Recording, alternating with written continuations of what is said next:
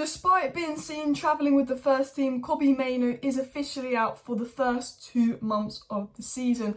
And while this is devastating news, it does mean that United are going to go ahead and push for Amrabat even quicker. Talking of pushing for Amrabat, we know that Fred, Donny, McTominay and Maguire are all getting offers to potentially leave Man United. And with McTominay, Fred and Donny potentially leaving the midfield, United preparing for Mount, Kudus and Amrabat to potentially replacement. What is the midfield plan? As well as having a little bit of an update on the whole Mason Greenwood situation. News is coming out that Mason Greenwood might potentially return. So we're going to get right into the transfer news. We'll talk about Højlund as well. There's a feeling that we could get Højlund. Here we go, maybe today. United's second bid is going in. That's going to move particularly quickly. But the focus is going to be on the midfield situation, starting with the Kobbie Mainoo news. Romano said Manchester United confirmed that Kobbie Mainoo suffered an ankle injury and he's expected to be ruled out for the first part of the 23-24 season. Man United will push to sign a new midfielder in the next few weeks. Amrabat is high on the list. Now, we know that United have been looking to sign a midfielder this summer after the Højlund deal is done, because we know that probably Fred or Scott will leave as well. But I think the Kobbie Mainoo injury has really pushed Man United into getting a midfielder, because Kobbie Mainoo, believe it or not, in the pre-season was being used ahead of Fred, McTominay, Donny and Eriksen. Kobbie Mainoo was going to have a big role. It was going to be Bruno, Casemiro, Mount, probably Mainoo and Amrabat as the main backup. So unfortunately Kobbie Mainoo is injured, and I think that is a big problem, because I thought he was so impressive in pre-season. He was one of the youngsters, the bright spots, that was absolutely impressive. But what I liked about Kobbie Mainoo was when he's getting the minutes in pre-season, he's getting a chance to mould and gel with the squad for the early stages of the season. And I think now he's not going to be here in the early stages of the season. It's quite hard to get back in the side the later stages of the season, when everyone's kind of gelled and established things and people are potentially doing well, unless you've maybe got one of those smaller games. But those smaller games are normally those silly Carabao Cup games.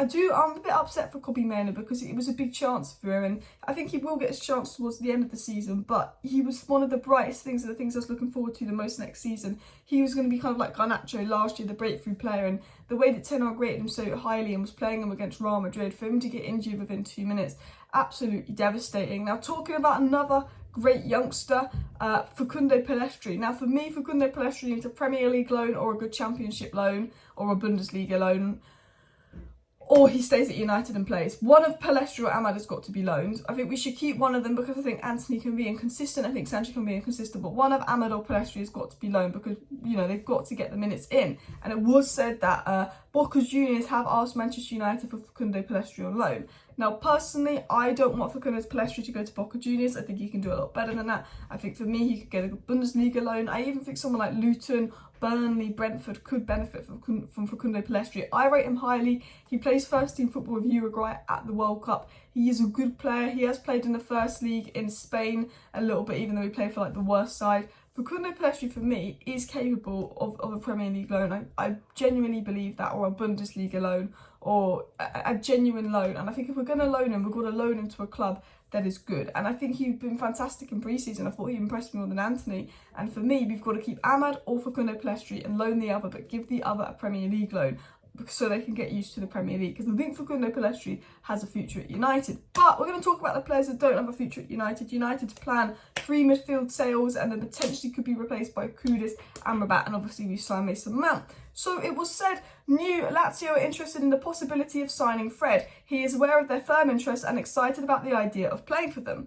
Lazio are offering Fred the promise of UCL football and are placing him at the centre of their project. Man United want around 20 million euros, and Lazio will help cover a significant part of the fee using add-ons. So apparently Lazio are willing to pay 20 million euros to sign Fred. Fred is interested in the move. Lazio is a good club. Going to Italy is a lot better than going to Turkey. However, Fred is the type of player that I wouldn't be surprised if he'd prefer going to Turkey, because I'm pretty sure he played in Turkey, or was it Ukraine?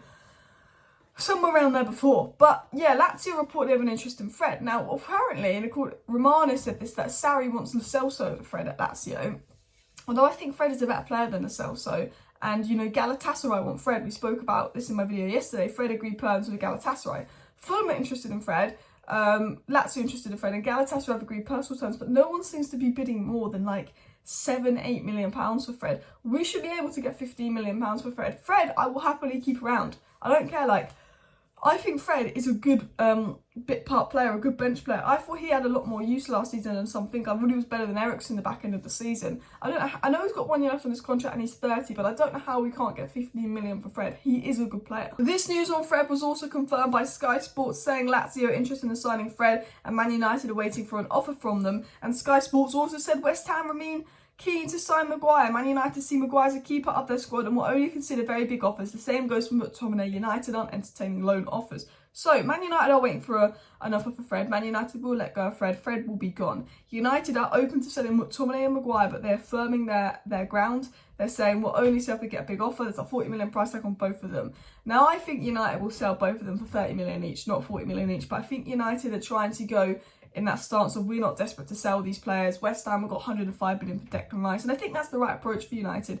Ask for 40 million, they'll probably agree something around 30 million mark, and you might as well sell McTominay and Fred because they're not going to play a lot of football in the next year. So while they might be worth around 30 million this year, they could be worth about 10 million next year, getting older, not really playing. So maybe 15 million.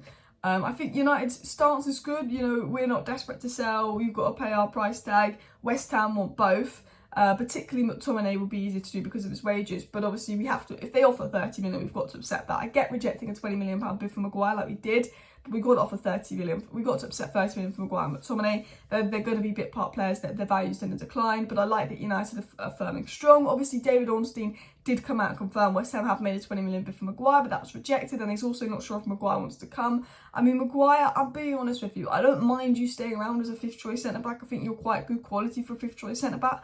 But when you're on over 200 grand a week, you've been dropped to captaincy and the manager wants you out and you're not going to play, do you, like, it puts me off your lack of ambition. Surely you should be like McTominay going, I'm actually really open to leaving United and getting game time and proving myself again. You know, people have been quite harsh on you and you've been getting booed on pre-season. I think I'm happy to keep Maguire around as a fifth choice centre back. I'm not that fussed if we sell Maguire or not. When we were going to get Kim Min-jae, I wanted Maguire gone, but now we ain't going to get Kim Min-jae. I'm not super fussed. But I just think for Maguire, why do you want to be fifth choice centre back?